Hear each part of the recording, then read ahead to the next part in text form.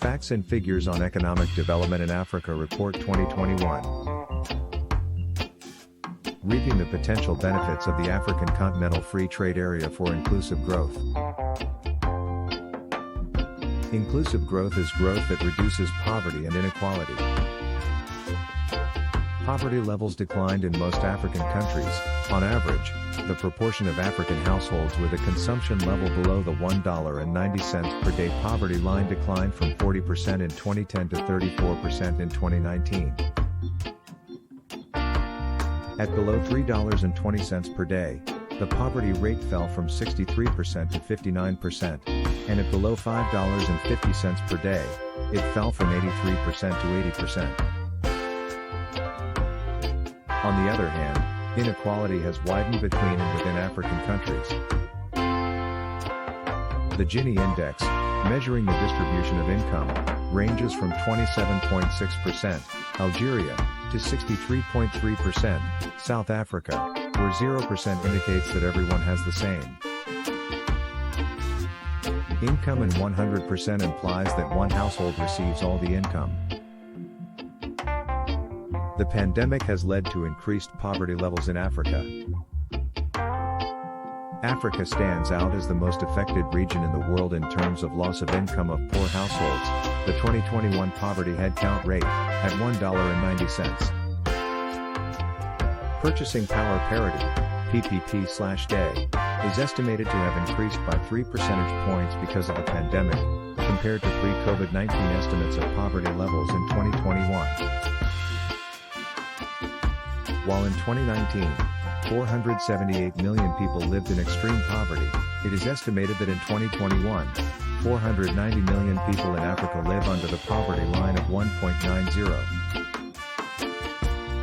PPP/day, and this is 37 million people more than what was projected without the pandemic. Less than half of all African countries have experienced inclusive growth between 2000 and 2020. Growth has been inclusive, poverty and inequality reducing growth, in only 17 out of 49 African countries in the sample, poverty reducing, but inequality increasing in 18 countries, and non-inclusive on either dimension in 14 African countries. Important elements of inclusive growth include better human development outcomes, greater social inclusion, creation of productive and formal employment opportunities and environmental development. Greater regional integration through the AfCFTA offers more opportunities for transformative and inclusive growth.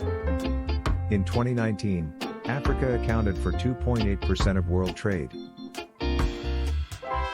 Africa's intra-regional trade accounted for only 4.4% of total continental trade. Africa's extracontinental exports reflect a heavy dependence on primary commodities, making the continent vulnerable to external shocks such as global demand and volatile commodity prices. The share of processed goods in extracontinental exports is low at 17%. In contrast, 41% of intra-African trade is comprised of processed goods, suggesting higher potential benefits from greater regional trade for transformative and inclusive growth. Deeper regional integration has the potential to generate more opportunities to climb the technological ladder than extracontinental exports, as African exports are technologically more advanced, as indicated by a larger share comprising medium and high technology manufacturers. On one hand, the AfCFTA is expected to increase trade through tariff liberalization and the removal of non-tariff barriers, and on the other hand, the AfCFTA is expected to attract investment to build productive capacities, increasing Africa's supply to serve the rising regional demand. Simplifying regional trade through the AfCFTA provides new income opportunities and reduced vulnerabilities for informal cross-border traders. The informal economy, including informal trade and employment, matter for the continent. Informal cross-border trade, ICT, plays a key role in terms of food security and functions as an employment of last resort for many vulnerable people, especially in border areas where employment opportunities are limited. It is estimated that informal employment on the continent constitutes the larger share of employment, accounting on average for 72% of non-agricultural employment and 98% of agricultural employment. Surveys indicate that IT can account for up to 90% of official trade flows at some borders. It contributes to 30% to 40% of total trade within the Southern African Development Community, SADC, and to about 40% of trade in the Common Market for Eastern and Southern Africa, COMESA. Without accurate IT data, it is impossible to paint a complete picture of intra-African trade. Monitoring informal cross-border trade is essential for determining sensitive products and corresponding tariff reduction modalities for which a country should actively seek enhanced market access under the FCFTA. Tariff liberalization by 2025 under the FCFTA is expected to increase intra-African export potential by $9.2 billion. The vehicle sector holds the greatest export potential under expected tariff liberalization, yet only a few large African economies are expected to benefit. For example, South Africa accounts for 88% and Morocco for another 8% of the potential in that sector. The potential of the FCFTA to strengthen regional value chains can increase African countries' resilience in the post-COVID-19 era, especially in tackling shortages of medical supplies and facilitating and accelerating food trade. In food processing industries, where there is strong potential for the participation of women, and which show a high export potential through intra-African integration. Almost all African countries have some productive capacities and the ability to increase intra-African processed food exports. Tackling non-tariff barriers to trade is even more important than tariff liberalization to promote more inclusive trade. A key element of inclusive growth is to increase participation in economic activity and trade across income levels by increasing entrepreneurship and the employment of marginalized groups. Tackling recent interregional trade barriers, such as trade frictions from non-tariff measures, NTMS, regional infrastructure gaps and inadequate market information, can unlock an additional $21.9 billion in the short term.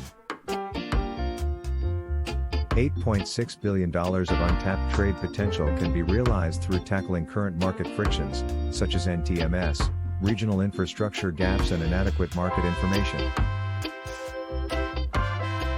$13.3 billion in untapped export potential is driven by GDP and population growth, which are expected to translate into increased supply and demand within the next 5 years. However, the 33 African least developed countries account for only 16% of the untapped potential. The major African exporters hold the largest share: South Africa, 36%, Egypt, 15%, and Morocco, 6%.